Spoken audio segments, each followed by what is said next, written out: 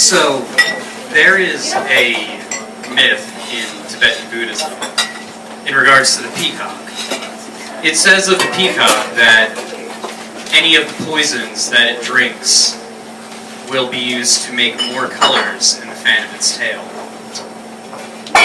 A few months ago, back in the middle of March actually, I woke up suddenly from the night with an intense memory of something that had happened to me over a decade ago that I had no present recollection of.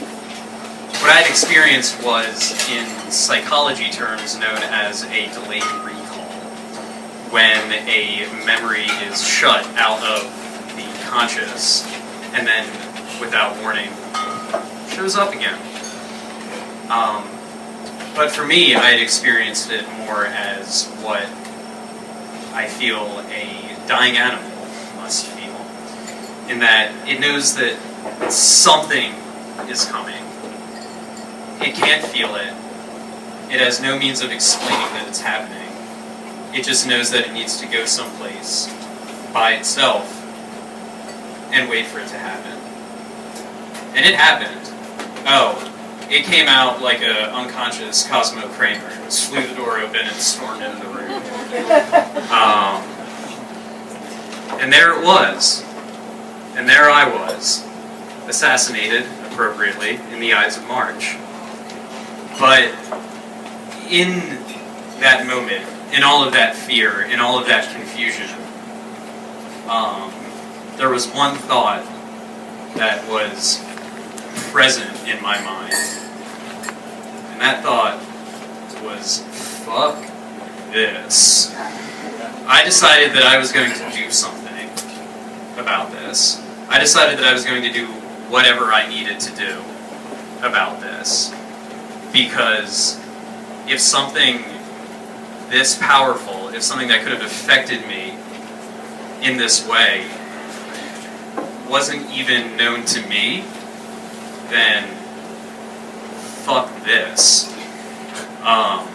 So I immediately set to work. Well, not immediately. There were a couple of weeks where on my best days I was Woody Allen, and on my worst days I was just a complete bowl of jelly.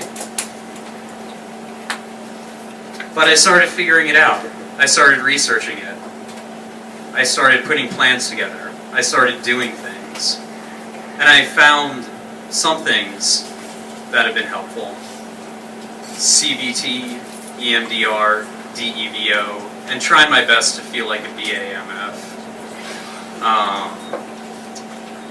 Abraham Maslow, Ernest Hemingway, Pema Chodron, and Dolly Parton. And just breathing. Breathing. Always breathing. I'd realized that not breathing was not feeling, and that not feeling was what I had been doing for so long. That not feeling was the problem. But I feel now. Not that I didn't before, but I feel now. And I sit with it. I invite it in a way. If my heart races, I say, let it race faster. If my head starts to shake, I think, let it shake worse. If I feel angry, I think, let me feel angrier. And if I feel sad, well, there's really nothing else than to just keep going through it. Because that's what it do. And I'm going to kick this thing's ass. But it's slow. Of course it's slow. Anything worth doing is slow. And it's hard, and of course it's hard. Anything worth doing is hard. But it's all about that march. The slow march. And the transition from turkey into peacock. Love, peace, and bacon grease.